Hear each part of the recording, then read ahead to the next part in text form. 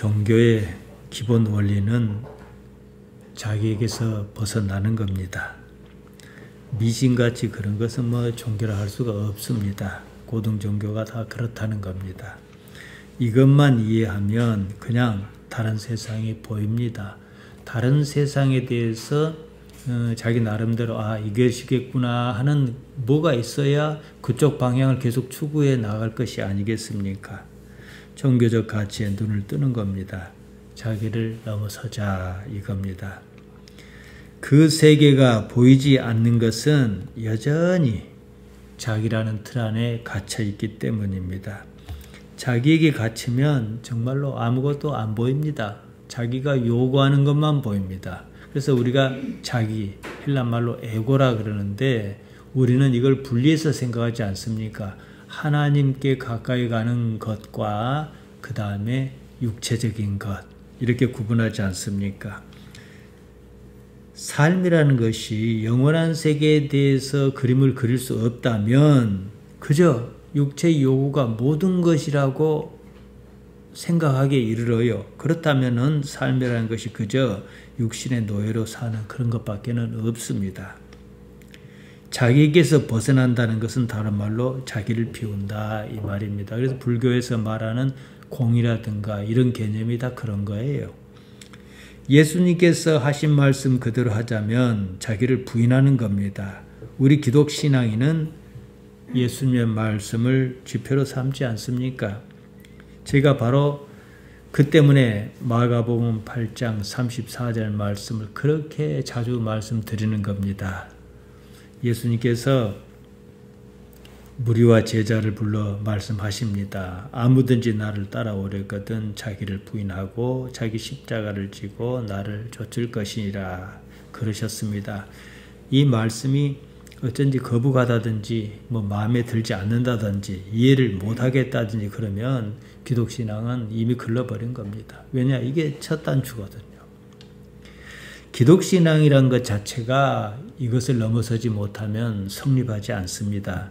이어서 말씀하셨습니다. 마가복음 8장 35절입니다. 누구든지 자기 목숨을 구원하고자 하면 잃을 것이요 누구든지 나와 복음을 위하여 자기 목숨을 잃으면 구원하리라. 목숨이라고 번역한 말 푸시케입니다. 푸시케란 말은 푸시코 숨쉬다 여기서 온 말입니다. 그러니까 생명이 끊기지 않고 있는 것을 말해요. 근데 이 목숨이라는 것은요, 우리가 본능적으로 자기 목숨을 지키려고 합니다. 그런데 예수님의 말씀에 의하면 이 목숨이라는 건요, 내가 지키자고 해서 지켜질 수 있는 게 아니란 거예요. 오히려 역발상을 요구합니다. 그래서 누구든지 나와 복음을 위하여 자기 목숨을 잃으면 이렇게 말씀하신 게 뭐겠습니까? 잃으면 얻는다. 이 문자 그대로 보면 안 맞아요. 그런데 바로 예수님과 예수님께서 주시는 복음이 방법이라는 거예요. 거기다가 초점을 맞추면 내가 나를 지키기 위해서 무엇을 합니까? 무엇을 먹을까? 무엇을 마실까? 이 권력을 어떻게 쟁취할까? 이것을 어떻게 유지할까? 이런 거잖아요. 근데 그런 거 안 하고 오로지 예수님의 말씀과 복음을 위하여 거기다 다 걸면 오히려 푸시케를 지킬 수 있다. 이게 구원이라는 거예요. 나 스스로 살지 않겠다. 나 스스로 살려고 하지는 않겠다. 이것이 예수님을 믿는 원칙입니다. 원칙이에요. 이렇게 하는 이유가 있습니다. 나는 이 삶에서 하나님을 발견하고자 하는 거예요. 그러니까 이걸 이해하셔야 해요. 나를 부인하는 거 좋습니다. 나를 내던져버리고 나는 아무것도 아니다. 이거 갖고는 아무것도 아니에요. 거기 어떤 그렇게 하는 이유가 있어야 할 거 아니겠습니까? 그렇게 하면 하나님께서 이 삶에 어떻게 운행하시는가를 내가 감잡을 수 있다. 이 얘기입니다. 육신의 요구가 무엇이겠습니까? 자기를 지키는 거예요. 육신의 요구에 충실한 종교 행위가 있어요. 무교입니다. 무교는 처음부터 육신의 요구를 어떻게 실현할까? 이것입니다. 어떻게 하면 잘 먹고 어떻게 하면 잘 살 것인가? 잘 먹고 잘 사는 것이 영원하다면 또 모르겠습니다만 그렇지 않다는 것은 천하의 모든 사람이 다 압니다. 우리가 흔히 하는 말대로 영적인 무엇이고 영원한 세계고 이런 것이 무교는 당최 없어요. 관심이 없습니다. 제가 담임 목사직 세습에 대해서 아마 거의 100번도 더 말씀드렸던 것 같아요. 왜 이런 일이 있는가를 이해를 하시면 또 우리는 어떻게 하는가 여기에 대해서 가닥이 쉽게 잡힙니다. 중세교회에서도 교회 세습 문제는 엄청나게 골머리를 앓았습니다. 중세교회 하면 어딥니까? 천주교. 참고로 말씀드리면 기독교 그러면은 구교, 천주교와 개신교를 다 같이 해석하는 말입니다. 그러나 이제 우리는 그걸 구분해서 나왔어요. 그건 개신교다 이렇게 얘기하는 거예요. 그래도 천주교는 결국 이 문제를 해결했습니다. 독신주의가 그래서 나온 겁니다.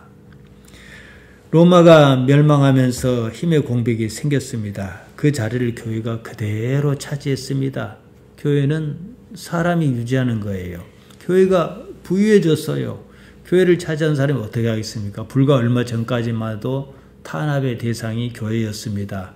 교회가 돈과 명예를 다 가지면서 타락했습니다. 가장 심각한 것이 성직과 교회 세습이었습니다. 이건 단순히 볼 문제가 아니었습니다.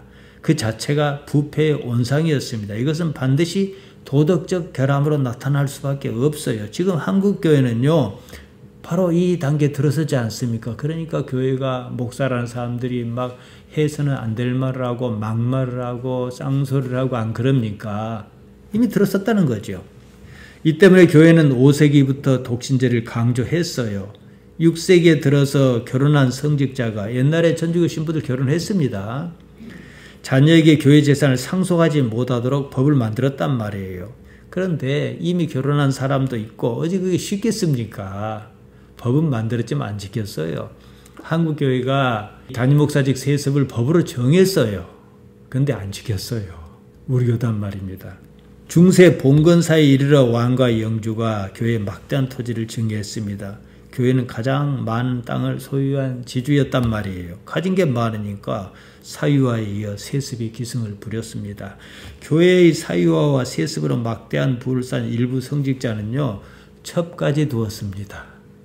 종교개혁 무렵에 성직자의 30% 정도가 첩을 두었다고 그럽니다. 자녀가 많으면 뭐 첩의 자식도 자식이니까 줘야 할 게 많잖아요. 그러니까 더욱 부패한 거예요.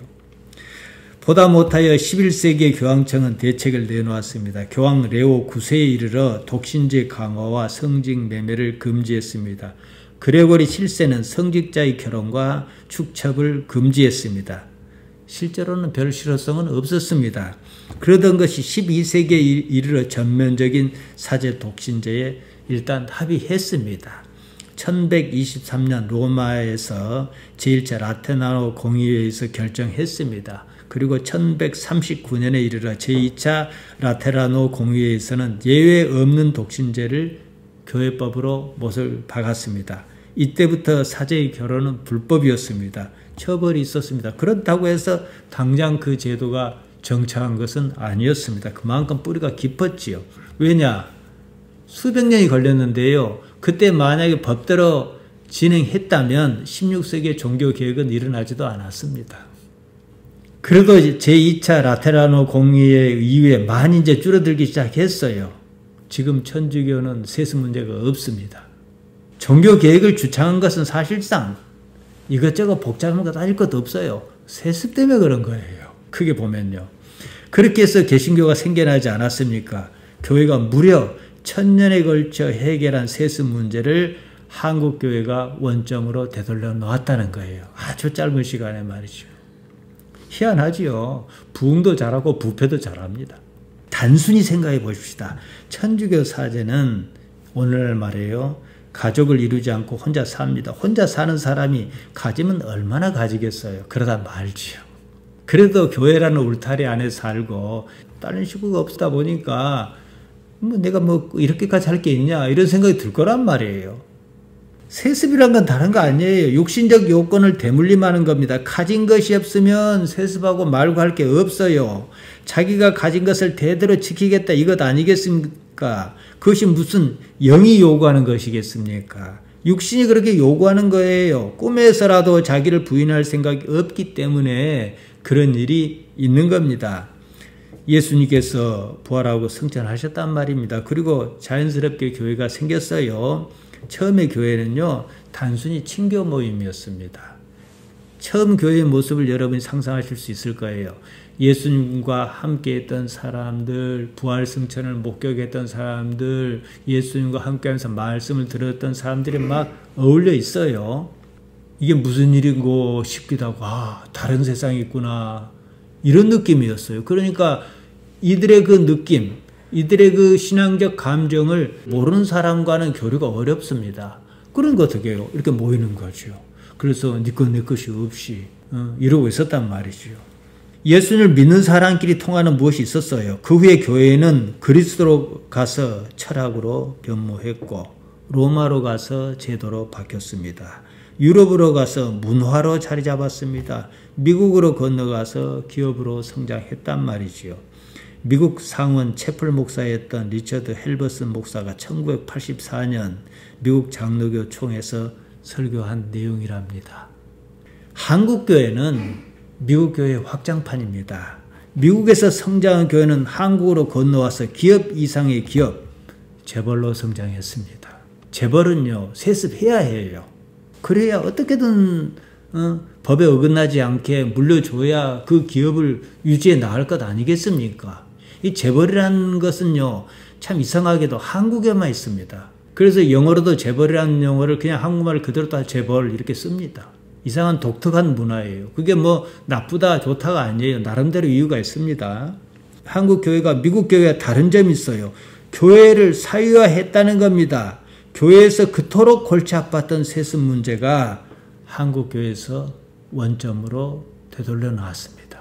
교회를 기업처럼 생각했다는 겁니다. 이런 것은 종교가 아니에요. 돈 잘 버는 사업입니다. 제가 말씀 서두에서 종교의 기본 원리를 말씀드렸습니다. 자기에게서 벗어나는 것이 없으면 종교라고 할 수 없습니다. 어떻게든 자기를 지키려는 것은 세상이 하는 일입니다. 종교가 뭐예요? 불교도 이런 부분은 마찬가지입니다. 나를 내려놓는 거예요. 나를 부인하는 겁니다. 세습은 대대로 자기를 지키겠다는 것입니다. 자기를 자손에게로 확장하는 것입니다. 기독교가 아니지요. 오늘날 수많은 기독신앙인이요, 실상은 예수님의 말씀을 믿지 않습니다. 따를 생각이 없습니다. 이제는 대놓고 그럽니다. 자기를 부인하고 당신을 조치라 그렇게 말씀하셨건만 그 말씀은 못 들은 채 합니다. 제가 예배를 시작하면서 이 부분을 읽어드렸어요. 예수님께서 당신을 따르려는 사람에게 그 말씀 하신 거란 말이에요. 안 따르겠다는 사람은 그 자리에 오지도 않지만은 그 말씀을 하실 이유도 없어요. 그런데 오늘날 예수님 그런 사람들이 이 말씀을 얼마나 깊이 생각합니까? 이 말씀을 쳐다보면 괴로워야 해요, 일단은. 하나도 안 괴롭습니다. 저 안 보니까. 그러면 영원한 세계는 기대할 수가 없습니다. 천국 안 가겠다 이것 아니겠습니까? 이것이 한국교회의 현실이란 말이에요. 한국교회 자체가 세습의 토양을 잘 갖추고 있다는 사실입니다. 육신의 세계를 초월한 그 경지를 바라지 않습니다. 교회 다니는 이유가 뭡니까? 영원한 세계를 생각해서 그 세계를 바라서 그럽니까? 이런 원론적인 질문부터 다시 새롭게 해야 한다는 거예요. 예수님께서 십자가에 못 박히셨습니다. 왜겠습니까? 세습하라고 못 박히셨겠습니까? 그런데 실상은 그렇게 생각합니다. 말은 그렇게 안 해도. 왜냐? 예수님께서 나의 모든 허물, 한 마리 태아를 다 감싸고, 한 마리 태아는 불행의 요인입니다. 인생이 있으면 한 마리 태아가 있을 수밖에 없어요. 다 감당하시고 못 박혀 죽으셨으니까 나는 뭐 해요? 세습해야지. 이 교리의 오류입니다. 이 희한한 논리를 가지고 그렇게 살아온 거죠. 그러니까 일반 선량한 교인들은 변화를 경험 못해요. 그래서 불쌍한 거예요. 남이야 나를 볼 때 잘 산다 못 산다 그랬어도 내 자신이 예수님의 말씀으로 행복하면 그만인 거예요. 그러지 않겠습니까? 근데 이게 없으면 어떻게 신앙생활해요? 뭘로 합니까? 지금은 눈 좋고 매부 좋다고 뭐 이 사람 저 사람 만나고 어울리고 그것으로 때우지 않습니까? 앞뒤가 안 맞습니다. 교회 세습이 당연한 한국 사회에서 기독교는 사실상 무너졌습니다. 땅의 것을 바라는 종교는 더 이상 종교가 아니에요. 이게 얼마나 심각하냐면 이제 말해봤자 입만 아파요. 우리 노예에서도 그렇고요. 할 만한 데는 큰데 작은데 다 했습니다. 사실은 세습하는 것 자체가 문제는 아닙니다. 영원한 나라에 소망이 없다는 것이 문제입니다. 그러니 땅의 것만 보입니다. 그게 모든 거예요. 이 삶은 끝이 있어요. 천국이든 어디든 그런 데 가려면 자의적이든 타의적이든 자기를 버려야 해요. 그런데 안 버려요. 못 버립니다. 붙들려고 합니다. 그 전에 내가 한 발 앞서 나를 버리면 무슨 일이 일어날까? 이것을 생각할 줄 알아야 합니다. 우리가 마가의 시선으로 예수님을 뒤따라 행적을 좇은 지가 벌써 65번째입니다. 1년이 넘었어요. 우리가 살펴본 바, 보통 교회에서 말하는 복은 마가가 전하는 얘기에서 보면 그 어디에도 없다는 사실입니다. 그런 복은 무시해야 해요. 우리는 어떻게든 예수님의 사건을 이해하고자 합니다. 예수님의 사건을 이해하려면 일단은 다 내려놓고 예수님의 의식 안으로 들어가야 합니다. 적어도 예수님의 눈으로 세상을 보는 안목은 생겨야 해요. 다 버려야 해요. 산헤드린 공회가 모였습니다. 예수님을 결박해서 빌라도에게 넘겨주었습니다. 새벽이었습니다. 무슨 새벽에 재판이 열렸다는 거예요. 다들 미쳤지요. 미치지 않고서 무슨 새벽에 재판을 합니까? 대개 예수님의 십자가 사건에 대해서 예수님께 겪으셨을 육체적 고통만 생각합니다. 사실 예수님께는요, 육체적 고통보다 조롱과 수치가 더 큰 것이었습니다. 체면 때문에 그런 게 아니에요. 예수님께서 십자가 사건에서 겪으셨던 고통이 심하지 않다는 말도 아닙니다. 이것이 무슨 말이냐? 이런 일이 있기 전에 겟세마네에서 기도가 있었지 않습니까? 거기서 제자에게 이런 모습을 보이셨습니다. 마가복음 14장 34절입니다. 우리가 전에 봤습니다. 내 마음이 심히 고민하여 죽게 생겼으니 너희는 여기 머물러 깨어있으라. 이어서 마가복음 14장 36절에 보면 이렇게 기도하시는 장면이 나옵니다. 아빠 아버지여 아버지께는 모든 것이 가능하오니 이 잔을 내게서 옮기시옵소서. 그러나 나의 원대로 마옵시고 아버지의 원대로 하옵소서. 이렇게 기도하셨습니다. 이 장면이 가리키는 바는 육체의 고통을 회피하려는 모습이기보다 실존적 고뇌가 담겼다. 이것입니다. 예수님 정도의 사람이라면 죽는 것 가지고 이렇게까지 하지 않습니다. 그러지 않습니까? 높은 가치가 있으니까, 죽음을 넘어서는 어떤 가치가 있으니까 말이죠. 실존의 문제가 절박했다는 것입니다. 이것이 정령 사는 것이란 말인가? 그리고 엘리 라마 사박다니, 나의 하나님 어찌하여 나를 버리시나이까? 이 십자가에서 이런 절규가 있었지 않습니까? 이것은 뭡니까? 내가 이러다 죽고 마는구나, 이 개념은 아니에요. 실존의 문제다. 이게 사는 거란 말인가 하면서 이때까지 하나님께로서는 아무런 응답이 없었단 말이지요. 이런 고뇌는 물리적 공포를 압도합니다. 제가 가끔씩 말씀드린 게 있지 않습니까? 우리는 다 하나님 아버지를 모시고 사니까요. 내가 세상 사는 게 힘들어도 하나님 아버지만 알아주신다는 어떤 내게 감각이 있다면 산다고 말이지요. 이게 실존의 문제예요. 그런데 예수님께는 십자가 사건 당시만 해도 일시적으로 이조차도 끊겼다는 거예요. 죽음에 대하여 여러분 이제 나이를 자셨고 한 곳에서 오래 사셨으니까 잘 알 겁니다. 죽음에 대해 보통 사람은요, 별 느낌이 없습니다. 죽음을 초월해서 별 느낌이 없는 게 아니라 그런 세월을 오래 살았고 많이 봤고 당장 죽는다 그러면 당연히 느낌이 있지만 그런 걸 봐왔고 나도 서서히 늙어가고 이러니까 보통은 대충 그렇게 해요. 마치 남이 죽는 것을 보듯이 그런다는 거지요. 나이가 들면서 육체가 서서히 무너지는 것을 겪어온 터라 그런지는 모르겠습니다. 아무튼 보통 사람에게 죽음은 누구나 흔히 겪는 일이라 생각합니다. 그러나 실존의 사람에게는 그렇지 않습니다. 안 죽겠다는 게 아니에요.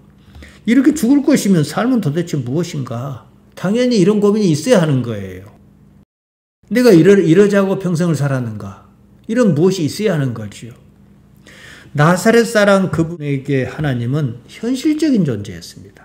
이것이 무슨 말이냐? 하나님은 곧 예수님 자신에게 있어 실존의 근거였다. 이 말씀입니다. 이 세상을 사는 근거였다는 거지요. 겟세마네에서 기도하신 모습을 보면 예수님의 속내가 드러납니다. 실존이 사라지는 공포를 토로하셨다는 겁니다. 무사람의 조롱과 수치는 곧 이것이 삶이란 말인가 이런 의구심 그 이상의 것이었습니다. 이게 실존적 고뇌다 이거예요. 빌라도가 예수님 신문합니다. 재판장이에요. 총독으로서 재판장입니다. 제도적 절차예요. 빌라도가 묻습니다. 내가 유대인의 왕이냐 이랬습니다. 예수님께서는 아무런 말씀도 없으시다가 딱 빌라도 이 질문 하나에만 답변하십니다. 자 보세요. 아무런 말씀도 없으니까 빌라도도 이상하게 생각하지 않았습니까? 내가 유대인의 왕이냐 그러니까 예수님께서 내 말이 옳도다 이러셨습니다. 이 번역은 틀렸습니다. 원문에 보면 쉬 레게이스, 쉬가 당신이에요. 레게이스 내가 말한다. 이겁니다. 이게 무슨 뜻이냐면요. 내가 유대인의 왕이냐 이렇게 질문했단 말이에요. 하는데 그것은 네 말이라는 거예요. 네가 그렇게 말한다는 거예요. 내가 그렇다는 게 아니에요. 그런데 성경 번역자들이 이 말을 잘못 이해했어. 자기 관념에 예수님께서는 유대인의 왕이다라고 생각했기 때문에 내가 옳다 이렇게 번역한 거예요. 성경을 가만히 들여다보시면요. 예수님께서 당신 자신이 유대인의 왕이라고 하신 적이 없습니다. 자, 여러분 있는 것 같지요? 그만큼 우리 관념이 누군가에 의해서 길든 거예요. 없어요. 당신 스스로가 나는 유대인의 왕이다 하신 적이 한 번도 없어요. 그냥 당신께서 하실 일을 하셨어요. 그런데 예수님을 인정하는 사람은 인정하는 사람대로, 예수님을 배척하는 사람들은 배척하는 사람대로 예수님을 유대인의 왕이라고 그랬어요. 한쪽은 유대인의 왕이 예루살렘에 올라가신다고 호산나 그러며 귀하단을 했고, 다른 한쪽은 오늘 본문과 같이 예수님께서 당신 자신을 유대인의 왕이라고 그랬다며 죽이려고 그랬어요. 예수님께 그러신 적이 없어요. 그럼 예수님께서 무엇을 하셨냐? 그냥 사셨어요. 당신의 삶을 사셨다는 이거죠. 하나님 안에서요. 예수님께서는 아무런 말씀도 하지 않으셨습니다. 단지 실존으로 사셨을 뿐입니다. 그리고 이 자리에 서신 거예요. 내 말이 옳도다 이렇게 번역하면 빌라도가 내가 유대인의 왕이냐 물었으니까 내가 그렇다 유대인의 왕이다 이 말 아니겠습니까? 성경 번역자조차도 예수님께서 당신 스스로 나는 유대인의 왕이다 이런 의식을 갖고 계신 것으로 잘못 이해한 거예요. 이 대목에 대해서 마태와 누가의 진술도 똑같습니다. 마태복음 27장 11절에 보면 똑같이 쉬 레게이스 똑같은 말을 썼습니다. 누가복음 23장 3절에도 그렇게 나옵니다. 쉬 레게이스 똑같아요. 요한도 같은 장면을 기록했습니다. 요한복음 18장 33절에 보면요. 빌라도가 내가 유대인의 왕이냐 이렇게 질문합니다. 이에 예수님께서 답변하신 대목이 나옵니다. 요한복음 18장 34절입니다. 그런데 요한은 제가 지난번 말씀드렸죠. 요한은 주석을 잘 달아요. 자기 설명을 잘 답니다. 어떻게 나오냐면요. 이는 내가 스스로 하는 말이냐 다른 사람이 나에 대해서 내게 한 말이냐 무슨 뜻이냐 빌라도 내가 나를 유대인의 왕이라고 생각해서 그런 질문을 하는 것이냐 아니면 다른 사람이 나를 유대인의 왕이라고 너한테 그러더냐 언제 당신 자신이 유대인의 왕이라고 한 적이 있습니까? 없어요. 예수님을 정말로 유대인의 왕이라고 알았든지 비꼬아서 그랬든지 어쨌든 세간은 그렇게 평가했습니다. 여기에 대해서 요한은 자신의 해석을 덧붙입니다. 요한복음 18장 36절에 보면요.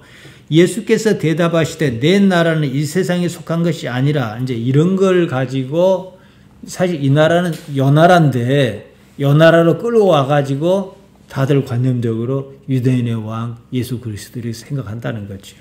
만일 내 나라가 이 세상에 속한 것이었다면 내 종들이 싸워 나로 유대인에게 넘기지 않게 하였으리라. 이제 내 나라는 여기에 속한 것이 아니라 그러니까 유대인의 왕이 아닌 거죠. 여기서 핵심은 이제 내 나라는 여기에 속한 것이 아니라 이겁니다. 그러자 빌라도가 다시 묻습니다. 그러면 내가 왕이 아니라는 말이냐 이렇게 질문하자 예수님께 답하십니다. 요한복음 18장 37절에 나옵니다. 내 말과 같이 내가 왕이니라. 여기서 왕이다 그러셨어요. 그런데 이 왕이 어떤 왕이에요? 땅의 왕이 아니다 이 말씀이시거든요. 내가 이를 위하여 났으며 이를 위하여 세상에 왔나니 곧 진리에 대하여 증거하려 함이로라. 무릇 진리에 속한 자는 내 소리를 듣느니라. 진리 알레데야 사실입니다. 이러니까 요한복음에서는 뭐예요? 빌라도가 예수님께 그러면 사실이 뭐냐? 이런 질문을 했다고도 나옵니다. 자, 여기서 헷갈리게 만듭니다. 왕은 왕인데 이 세상 왕이 아니다. 이 말씀입니다. 다른 가치의 세계를 말씀하신 것입니다. 사실 예수님께서는 처음부터 끝까지 그러셨습니다. 사람들이 오해했습니다. 지금 사람도 오해합니다. 참고로 말씀드립니다. 진리란 말 알레데이아 합니다. 그냥 사실이에요. 예수님께서는 사실을 증언하셨고 그 사실 때문에 죽음에 내몰리셨습니다. 이유는 그것밖에 없었어요. 거짓으로 살지 않으신 때문이었습니다. 있는 것은 있고 없는 것은 없다. 그렇게 사셨어요. 죽음에 내몰리면서도 그 사실을 끝내 저버리지 않으셨습니다. 실존에는 거짓이 없습니다. 마가에 따르면 예수님께서는 쉬 레게스 이 말씀 외에는 아무 말씀도 하지 않으셨다 그러지 않습니까? 사실 말이 필요 없었습니다. 유월절을 코앞에 두고 있었습니다. 유월절은 유대인에게 큰 명절이었습니다. 유월이란 자체가 죽음을 넘겼다 이 뜻 아니겠습니까? 그래서 그랬던지 이때는 죄수 한 사람을 도와주는 전례가 있었습니다. 백성의 요구에 따른 총독의 사명권 행사입니다. 이 부분에 대해서도 마가가 가장 현실감 있게 그리고 있습니다. 마태나 누가는 이 부분에 대해서 빌라도의 심경을 기록합니다. 빌라도는 예수님에게 죄가 없다는 사실을 인지하고 명절 특사로 예수님을 풀어주려고 했다 이렇게 나옵니다. 마태는 빌라도의 아내가 꿈에서 본 것을 얘기했다 그럽니다. 마태복음 27장 19절에 나옵니다. 총독이 재판석에 앉았을 때에 그의 아내가 사람을 보내어 이르되 저 오른 사람에게 아무 상관도 하지 마옵소서. 오늘 꿈에 내가 그 사람으로 인하여 애를 많이 태웠나이다 하더라. 이런 기록이 있습니다. 빌라도는 마침 6월절에는 나사렛 사람 저 사람이 사형 판결을 받을 만한 죄가 있을지라도 특별 사면이 가능하단 말이에요. 그러니까 여차하면 풀어주려고 했다 이 뜻이에요. 누가는 이렇게 전합니다. 누가복음 23장 22절입니다. 빌라도가 세 번째 말하되 이 사람이 무슨 악한 일을 했느냐 나는 그 죽일 죄를 찾지 못하였나니 때려서 놓으리라. 죄가 없다. 그러니까 적당히 태형 가하고 풀어주겠다. 이겁니다. 이 정도면 사람들이 그냥 넘어가겠지 이렇게 생각했지 싶습니다. 요한은 빌라도가 군중이 하자는 대로 했다는 식으로 기록했습니다. 마가의 기록은 이렇습니다. 바라바를 먼저 언급합니다. 혹시라도 전례대로 예수님을 놓아줄 가능성을 차단하려는 듯이 이 얘기를 끌고 갑니다. 한편으로 상황에 대한 빌라도의 이해를 이렇게 기록합니다. 마가복음 15장 10절입니다. 이는 그가 대제사장들이 시기로 예수님을 넘겨준 줄 알미라라. 빌라도가 생각하기를 대제사장들이 예수님을 시기해서 이런 일이 발생했다. 이렇게 봤다는 겁니다. 시기, 푸도놓습니다. 질투를 말합니다. 이 선에서 끝날 줄 알았다는 거죠. 그러니까 예수님을 시기해서 여기까지 고발하고 어쩌고 왔으니까 태형을 좀 가하고 그러면 이들의 마음이 누그러져 가지고 그렇게 가지 않겠느냐 이런 생각도 했다는 거지요. 대제사장들이 작정했습니다. 빌라도의 선택을 차단했습니다. 민중을 충동해서 바라바를 놓아주도록 했습니다. 바라바는 밀란을 일으킨 자요 살인한 자입니다. 로마 당국으로서는 딱 십자가형에 처할 사람이었단 말이지요. 그런데요. 그가 바라바가 6월절 특사로 풀려난 거예요. 마땅히 죽어야 하는 사람은 살아나고 마땅히 살아야 하는 사람은 죽음에 내몰렸습니다. 이런 것이 삶이라는 거예요. 이런 삶은요. 우리가 큰 대의적 차원에서 볼 때 정상은 아니에요. 정상이 아닌 삶은 기대할 것이 없습니다. 다른 삶이에요. 이 세상을 보세요. 그렇지 않습니까? 예수님께서 처하신 상황도 보세요. 예수님께서 십자가에 달려 죽으실 만한 무슨 잘못이 있었습니까? 빌라도 같은 사람도 예수님을 살려주려고 했는데 방법이 없는 게 세상 일이에요. 빌라도는 제사장들과 군중을 달래려고 바라바를 놓아줍니다. 빌라도는 정치인이었습니다. 예수님께 죄가 없는 줄 알았지만 예수님을 풀어주었을 경우 무슨 일이 있을는지 눈치가 있는 사람이었습니다. 만일의 경우 산헤드린에서 로마 당국에 항의서를 보낸다면 자신에게 좋을 일이 뭐가 있겠습니까? 로마에서 뭐라 하겠어요? 그까짓 것 하나 해결도 못하면서 이러면서 뭐 좌천하거나 그러지 않겠습니까? 정치적 부담을 지고 싶지 않았습니다. 결국 사실을 외면했습니다. 이것이 현실입니다. 빌라도의 선택은 사실 알레데이아가 아니었습니다. 보신을 선택했습니다. 자기를 지키려는 것이었습니다. 예수님께서는 사실을 선택하셨습니다. 그러니까 빌라도는 자기를 부인하지 않았다는 거지요. 그건 그것이고 이건 이것이다. 이런 무엇이 없었다는 것이지요. 제가 서두에서 마가복음 8장 35절을 말씀드렸습니다. 누구든지 자기 목숨을 구원하고자 하면 잃을 것이요 누구든지 나와 복음을 위하여 자기 목숨을 잃으면 구원하리라. 우리 기독신앙의 대원칙입니다. 자기 스스로 살고자 하면 죽을 것입니다. 삶의 기준이 예수님의 복음이다 이 말씀입니다. 이런 삶에서 하나님을 경험하는 겁니다. 세상 사람은 그래요. 교회 안 다니는 사람은 이런 걸 다 모르니까 야 그래갖고 세상을 어떻게 산대? 우리는 어떻게 답합니까? 그래가지고 산다 안 산다가 아니고 그런 상황에서 우리는 하나님을 경험한다 이겁니다. 이게 중요한 거예요. 빌라도는 스스로 살고자 했습니다. 그러나 죽었습니다. 사람의 아들 그분은 십자가에 달려 죽으셨습니다. 그러나 다시 사셨습니다. 이 둘을 가르는 기준이 있습니다.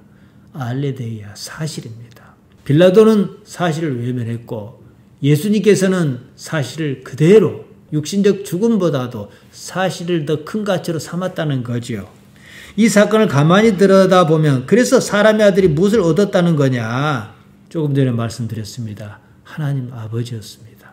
영혼의 삶은 하나님과 어떤 관계냐는 것입니다. 우리가 무엇을 가장 소중히 여겨야 하는가 이 문제입니다. 전하는 말에 의하면 빌라도의 말로가 그리 좋지 않았다 그럽니다. 설령 좋았다 한들요. 삶은 거기서 거기입니다. 이런 삶은 아니에요. 다른 삶이어야 합니다. 우리는 그 다른 삶을 생각해서 이 자리에 있는 게 아니겠습니까? 세상이 자기 생각처럼 사라지지 않습니다. 우리가 추구할 수 있는 유일한 것은 사실이에요. 알레데이아입니다. 그로써 하나님을 알고자 하는 겁니다. 예수님께서 당신을 믿은 유대인에게 당신을 믿겠다는 사람에게 이런 말씀을 하셨어요. 요한복음 8장 32절입니다. 진리를 알지니 진리가 너희를 자유케 하리라. 여기서 또 진리란 말 나옵니다. 사실이에요. 알레데이아입니다. 무슨 종교적인 이치 그런 거 아니에요. 그냥 사실입니다. 사실 알아라. 기노스코 알아차려라. 깨달아라. 그러면 다른 것 말고 바로 그 사실이 너희를 육체에서 자유롭게 할 것이다. 우리가 육체를 이길 수 있는 유일한 방법이 뭐냐? 사실을 사실대로 인정하는 겁니다. 육체는 사실이냐 거짓이냐 이거 별로 중요하지 않아요.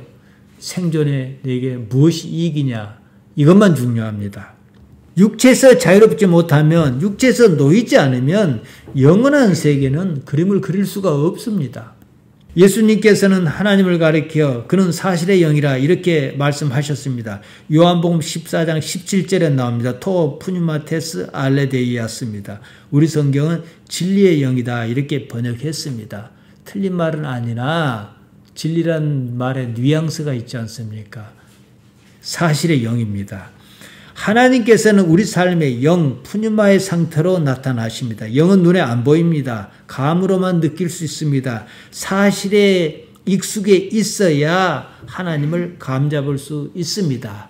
거짓의 사람은 육신에 매여 사는 사람은 거짓도 불사할 수밖에 없단 말이에요. 그런 사람에게는 하나님을 감잡기가 어렵다는 겁니다. 사람이 자기 생각, 육체의 생각을 버리지 않으면 하나님을 알아차릴 방도가 없습니다. 사도 바울 로마서 8장 7절에서 육신의 생각, 바로 그 때문에 하나님과 원수 에크드라, 증오의 관계, 적대적 관계에 처한다 이랬습니다. 선지자 이사야는 이렇게 전했습니다. 이사야 56장 6절에서 9절입니다. 조금 깁니다만 제가 읽어드리겠습니다. 너희는 여호와를 만날 만한 때에 찾으라. 기회가 있을 때 찾으라 이 말입니다. 가까이 계실 때 그를 부르라. 부를 만한 때 부르라는 거지요. 악인은 그 길을, 불의한 자는 그의 생각을 버리고 여호와께 돌아오라. 그리하면 그가 긍휼히 여기시리라. 우리 하나님께로 돌아오라. 그가 너그럽게 용서하시리라. 이는 내 생각이 너희 생각과 다르며 내 길은 너 길과 다름이니라. 여기에 주목해야 합니다. 여호와의 말씀이라 이는 하늘이 땅보다 높은 같이 내 길은 너희 길보다 높으며 내 생각은 너희 생각보다 높음이니라. 자, 우리는요 기왕 육신을 가지고 사는 이 삶에서 잘 살기를 원합니다. 그 자체는 아무런 문제가 없고 잘 살 수 있어야 합니다. 그러나 잘 살기 위한 나의 생각은 버려야 해요. 무슨 뜻인지 이해하시겠습니까? 이게 복인 거예요. 왜냐? 하나님께서 말씀하시기를 내 생각은 너희 생각과 다르다 그랬으니까 같으면 물론 따지고 말고 할 게 없어요. 다르면 우리는 어느 생각을 추구해야겠습니까? 내 생각을 버리고 하나님 생각을 받아들인 쪽으로 가야 하지 않겠습니까? 나의 길은 너희 길과 다르다 그랬으면 나는 내 길을 버리고 하나님께서 생각하신 그 길로 가야 하지 않겠습니까? 이게 방법이라는 거죠. 자, 그러자면 어떻게 해야겠습니까? 일단은 육신의 요구, 육신의 생각을 버려야 하는 거예요. 자기 부인을 해야 한다 이 말이지요. 자기 부인을 하기 위해서 가장 좋은 방법이 뭐냐? 사실을 사실대로 인식하는 능력을 길러라는 거예요. 검은 것은 검고 흰 것은 흰 거예요. 이 단순한 것을 왜 그리 안 합니까? 그렇게 말한 것이 나한테 손해니까 그렇게 안 하는 거예요. 그 손해라고 누가 그럽니까? 육체가 그런 거예요. 거기에는 이미 이해관계가 개입한 거예요. 근데 그거 무시하는 거예요. 생각, 말, 샤바입니다. 생각이란 뜻 외에 사상, 고안, 계획, 의도 이런 뜻도 있습니다. 길, 때레크입니다. 이 길이란 말은요. 동서, 고금을 통해서 똑같이 쓰입니다. 길, 도인데 도가 뭡니까? 도 튼다 그러잖아요. 방법이란 뜻도 있어요. 나의 생각이 하나님의 생각보다 높다고 생각한다면 하나님을 찾을 이유가 없지요. 지금까지 제가 드린 말씀은 쓸데없는 소리입니다. 자기 생각을 믿으면 그만이에요. 우리는 그럴 수 없습니다. 지금 사는 이 삶에서 하나님께서 어떻게 나타나시려는지 우리는 이걸 바랍니다. 그렇기 때문에 할 수만 있거든 어떻게 해요? 나를 버리려고 합니다. 이게 능력이라는 겁니다. 그로써 하나님을 경험하는 삶이어야 해요. 이 삶이 능력이 있는 것이고 이렇게 조금씩 변하면서 길이 들면 어떻게 해요? 영원한 세계가 보입니다. 우리가 그 세계를 가봐서 알겠습니까? 그 세계에 가본 사람 한 사람도 없어요. 누가 갔다 왔다 입신했다 그러는데 그것은 실제로 그랬다 그럴지라도 그건 그 사람 얘기예요. 어떻게 그 사람의 경험을 가지고 내가 인생을 걸 수가 있겠습니까? 내가 경험해야지요. 그런데 우리는 가본 적이 없어요. 무엇으로 그 세계를 기대하겠습니까? 지금 살아있는 이 삶에서 하나님과 어떻게 공감하느냐, 하나님에 대해서 어떻게 감동을 나누고 있느냐, 이것이 그 세계를 그리게 한다는 거예요. 사랑하는 사람과 함께하는 곳이 천국이에요. 내가 세상에서 가장 좋아하는 그분과 함께하는 곳이 천국인 거예요. 이해하시겠습니까? 이 감동을 삶에서 경험하시길 바랍니다. 아울러 하나님께서 이 삶에 어떻게 나타나려 하시는가 모든 일에서 이렇게 생각하시기 바랍니다. 그래서 하나씩 한 걸음씩 하나님과 동행하는 연습을 하면서 사는 여러분이 되시기를 바랍니다. 기도하십시다. 하나님 우리 아버지 우리를 붙드시고 인도하시나이다. 아버지 하나님 아니 계시면 우리는 한시도 살 수가 없습니다. 천만 년을 산다 한들 아무런 의미가 없는 줄 압니다. 우리를 붙드시고 하루하루의 삶에서 나타나 주옵소서. 예수님 이름으로 기도하옵나이다. 아멘.